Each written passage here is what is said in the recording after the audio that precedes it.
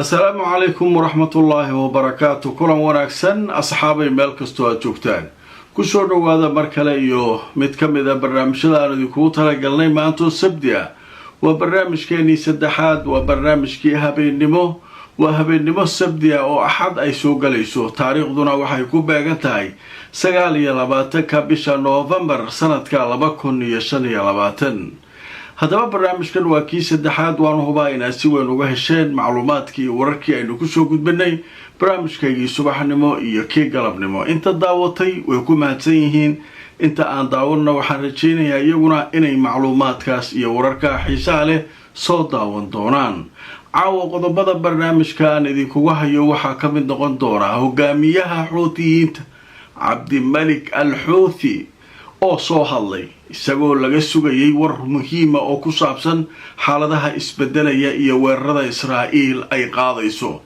haddaba sheekada ku saabsan al-Houthi warkiisa ayaan idin hayaa waxa soo kale aan idin soo gudbin doonaa iyadoo maanta ay tahay 29 November sanadka 2025 29 kasta oo bisha November dunidu waxay u dabaaldegtaa maalinta ay ugu magac dareen isbarbartaaga shacabka Falastiin haddaba meelo kala duwan mudaharaadyo isu soo baxyo ayaa si weyn looga dareemay wadamada Yurub halka wadamadii Carbeed iyo kuwii Islaamkuna la yiri inta Yurub ka soo baxday wax ka soo baxay ma jiraan haddaba sababtu maxay tahay iyana wixii laga qoray ayaa barnaamijkeedii kula wadaagaya Erdogan oo isaguna mar kale ku celiyay إسرائيل إني حبت جوجنتي كتمانيسو لكن محا لغا قبان كرا تاسا سؤاله قضبضا سيرو برامج كسو قادنا إنا انت أكو جرنا أصحابي وحي ورانا سو كرنا والد الله سعودين دو وحا دوني دا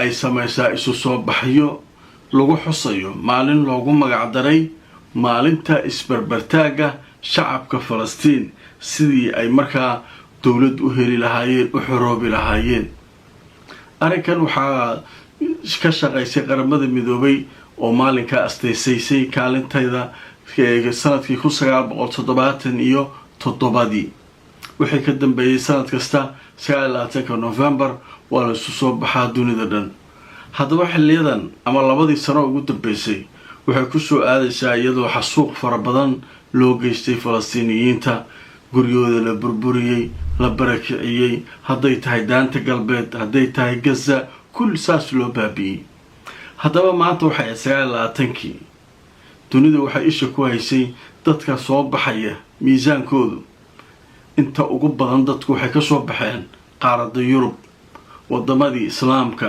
iyo kuwii Carabta ee isxijinaya Falastiin cid soo baxday waa yartaa lagu leeyahay waxyaab la Soomaa قالوا يا قيلنا سيدتك مسلمين تايلا نولا ودمada Yurub mudaharaad sameeyay qaar markuu xuduudayeen mudaharaad ka dadka day xataa inay sameeyaan rabaan wadamada Carabta laga sameey karaa kala waa kaas adii khaliijka dadka mudaharaad sameeyaan dib dabba lagu arkay marka sheekadaas marka halkaas ay baray arid tuso wararkii ugu dambeeyay telefishinka Al Jazeera wuxuu leeyahay waxa isu soo baxay dad fara badan oo marka oo caalamka ka tirsan iyo kuwa ka tirsan dawladaha Carabta waxaana la xusayay maalinta isbarbartaaga shacabka Falastiin haddaba marka caasimadaha Carabta iyo wadamada Yurub ayaa waxa lagu arkay dibadbaxayaal dadka taageerayaan waxaana ay ahayd maanta sabti ah munaasabada maalinta caalamiga ee isbarbartaaga shacabka Falastiin waxaana la sheegay in 29 November sanad walba ay tahay mid markaa la xuso qaramada midoobay ayaa asteysay sanadkii 1977 iyadoo munaasabadan la xusayay haddaba munaasabadan waxa ay ka dhacday meelo kala duwan oo caalamka ah oo ay ugu badan yihiin wadamada Yurub marka waxa leeyahay cawaasim dawlad Carabiya qaar kamida meelaha lagu arkay mudaharaadyada laakiin mudaharaadyada xoogoodu waxay ka dhaceen Ingiriiska Jarmalka Faransiiska meelahan Yurub aad looga soo baxay Mareykanka xataa qaybo kamida marka intaas marka waxay ku tusinaysaa dadka soo bixidda samaynaya way ku yaryihiin dowladaha islaamka iyo carabta.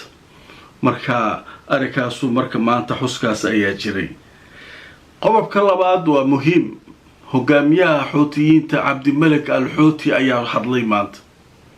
xuuti waa la sugayay maalmahan. xabad joojin fiican ma jirto gaza. israa'iil maanta ugu dambaysa shaaki barnaamijkaygii erka dhulka badda inay ka duqeynayeen, inkastoo xamaas ay weli leedahay xabad joojintu waa ilaalinaynaa. taas waa meel. lubnaan waa aragteen nin weyn oo muhiima oo xisbullah ka tirsanaa la dilay. suuriya waa kan waa la iska gelayaa. jaala xuuti aaway warkiis ma xabad joojintii ku baxaa la islahaa.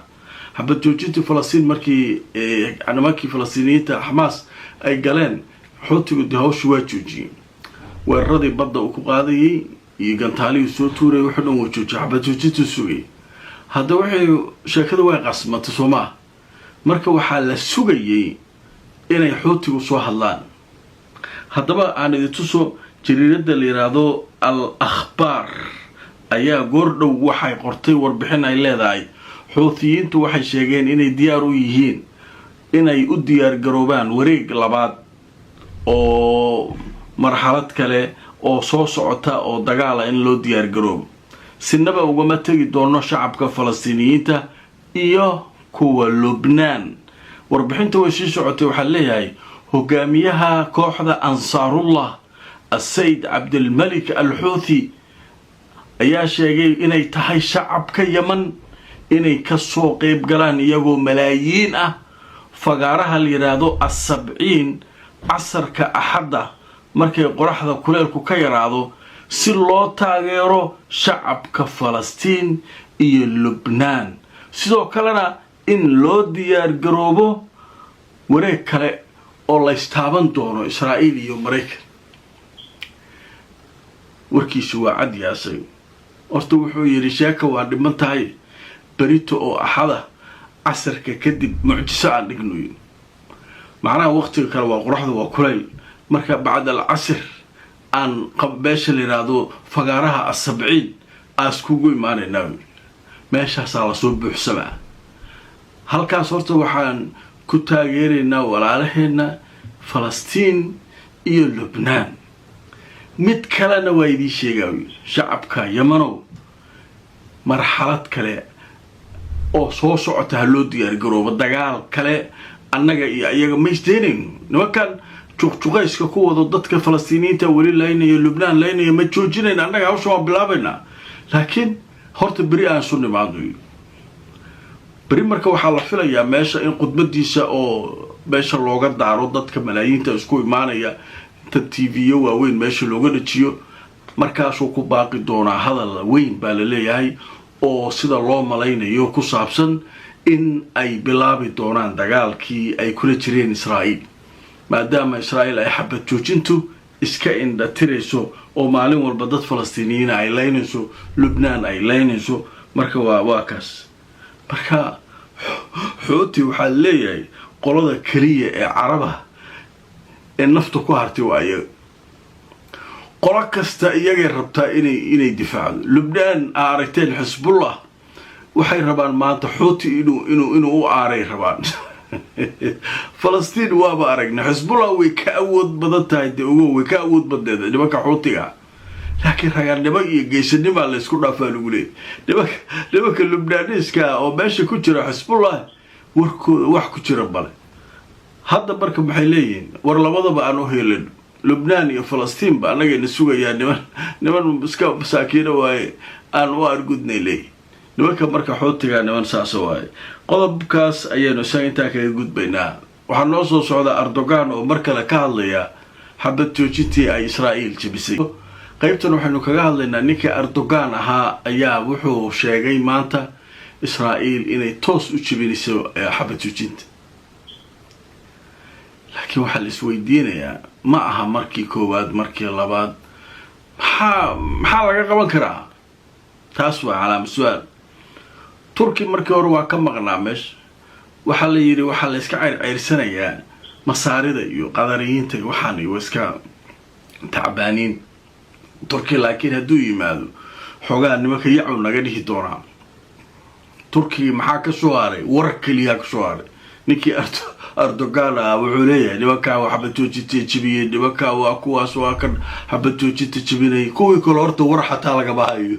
Masar iyo Qatar Erdogan baroon oo isagu afka ka dagaalamaya, laakiin kuwa waxba ma hayaan.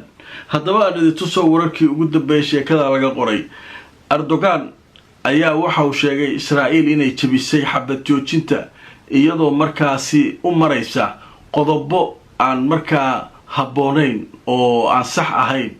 madaxweynaha Turkiga Rajab Tayyip Erdogan ayaa wuxuu sheegay Israa'iil waxay jabinaysaa xabad joojinta iyadoo loo marayo marmarsiyo aan wanaagsanayn.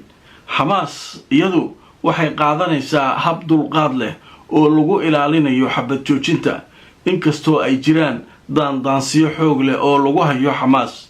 Erdogan wuxuu sidoo kale sheegay waxaa jira olole been abuur ah oo ka socda goobaha dijitaalka ah iyo warbaahinta gudaheeda, waxaana faafinaya warbaahinta sahnuuniyadda Israa'iil si looga hortago in dadkeenu ay muujiyaan midnimo ay la leeyihiin dadka Falastiiniyiinta ah ee la dulmay.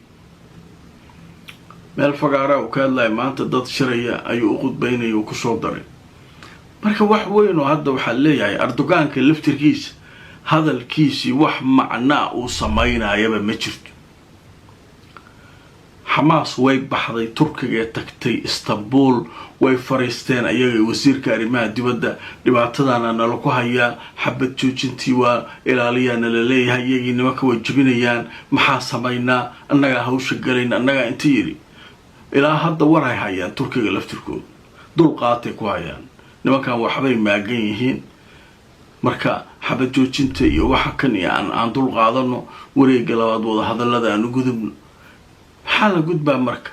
saaki waa u jeedeen Al Jazeera waxay lahayd weerar cirka dhulka iyo badda ahba way sameynayaan. markabay ka soo ridayaan madfaca, mar diyaaraday ka soo ridayaan, mar dhulkay ka ridayaan. intaas maxay sameynayaan? in Al Yaasiin inta la soo qaato nagta laga saaro oo dhagaha laga garaaco ayay rabaan, si ay marmarsiyo uga dhigtaan oo ay dhahaan xabad joojintii waaba jabtay, dagaalkii lagu laabtay.